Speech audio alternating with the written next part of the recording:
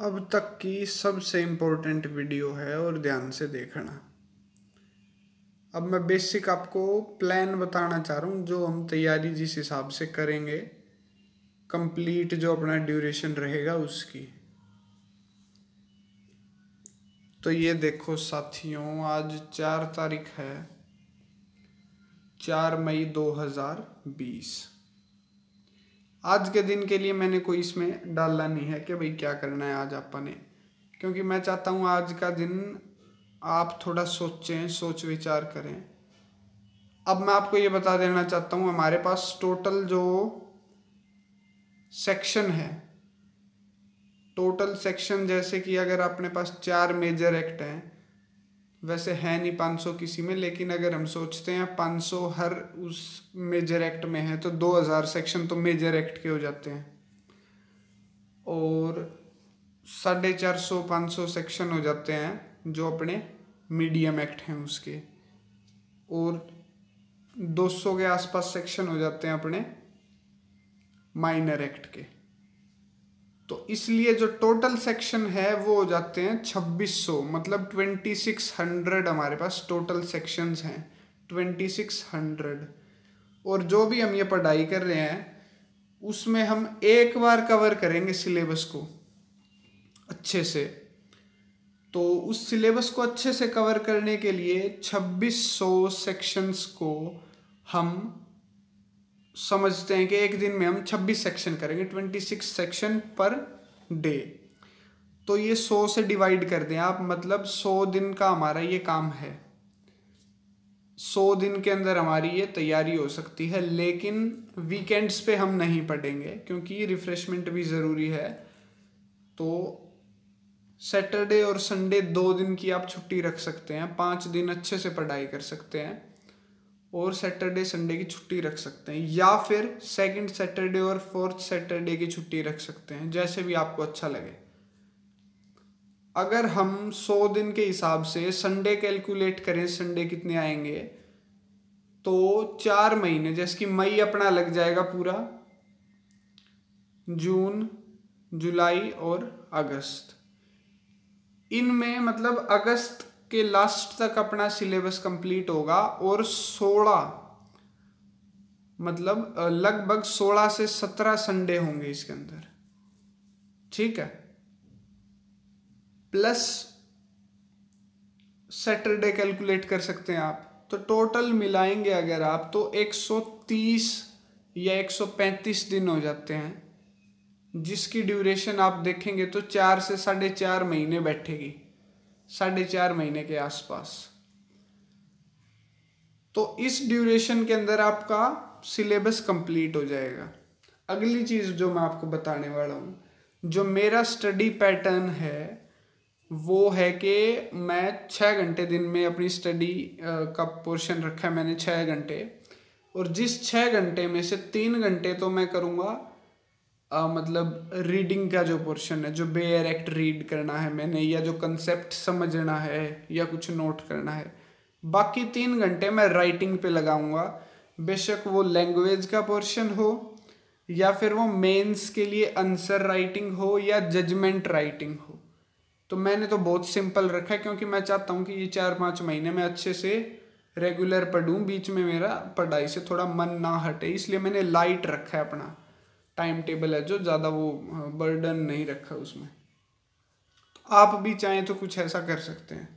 लेकिन अगली जो इम्पोर्टेंट बात जिसके लिए मैं इस वीडियो को खास बता रहा हूँ, नहीं उससे पहले मैं आपको बता देता हूँ एक बार टाइम का। जैसे 26 सेक्शन करने हैं ना आपने हर दिन में, इसको कैसे डिवाइड करेंगे मेरे अकॉर्डिंग, जो 3 घंटे मैंने पढ़ने के लिए निकाले उसमें से 3 घंटे में से जो 1.5 आवर है वो मैंने मेजर एक्ट को दिया है, मतलब 1.5 घंटा है जो, वो CRPC, CPC, कॉन्स्टिट्यूशन और इंडियन पिनल कोड को दिया मैंने 1.5 घंटा। जिन 4 सब्जेक्ट्स में से एक दिन में मैं 3 सब्जेक्ट पढ़ूंगा, और इसका मैं एक आपको वैसे डिस्क्रिप्शन भी दे दूंगा जिसमें डायग्राम से आपको अच्छे से समझ आ जाएगा।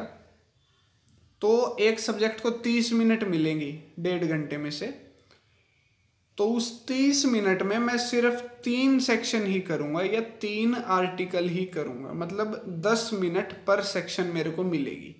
कोई सेक्शन छोटा होगा तो उसमें कम टाइम लग सकता है, और वाइस वर्सा कोई बड़ा होगा तो उसमें थोड़ा ज़्यादा लग जाएगा, इस हिसाब से होगा। उसके बाद जो मेरा 1.5 घंटा बच गया, 1.5 घंटा तो मेजर एक्ट का था, 1.5 घंटा जो बच जाता है उसमें से 50 मिनट और 40 मिनट की 2 डिवीज़न कर दिया मैंने।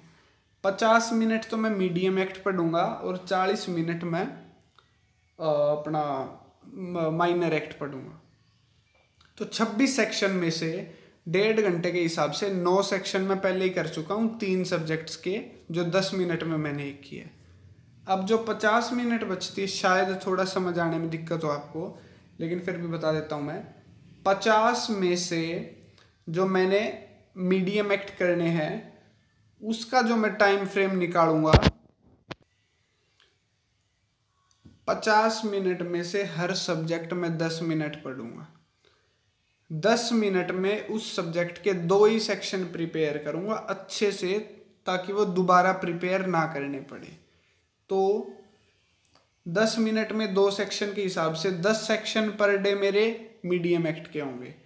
तो 9 मेजर के सेक्शन, 10 मीडियम के सेक्शन। अब जो मेरा 26 वाला फ्रेम है उसमें सिर्फ 7 सेक्शन कम है और मेरे पास 40 मिनट बचती है माइनर एक्ट के लिए। तो हर 10 मिनट में 2 सेक्शन के हिसाब से मैं माइनर के प्रिपेयर करूँगा, तो मेरे हो जाते हैं 27 सेक्शन पर डे, और मैंने करने थे 26। अब जो सैटरडे और संडे का मैंने खाली समय रखा है उसमें मैं इसे रिवाइज भी कर सकता हूँ बड़े अच्छे से, क्योंकि ज़्यादा सेक्शंस नहीं होंगे। और जो राइटिंग का पोर्शन रखा है उसमें मेन है अपना एसे राइटिंग, निबंध राइटिंग, जजमेंट राइटिंग, मेंस के लिए आंसर प्रिपेयर करना। जो उस दिन के आपके खास सेक्शंस थे उनको मेंस के लिए प्रिपेयर करना भी। अगली चीज़ है जो केस प्रिपेयर करने हैं आपने, वो आप सैटरडे संडे को भी कर सकते हैं आपकी मर्जी के हिसाब से। कुछ अगर आप किसी ऐसे स्टेट की तैयारी कर रहे हैं जिसमें जीके की रिक्वायरमेंट है तो जीके को भी आप ऐड ऑन कर सकते हैं।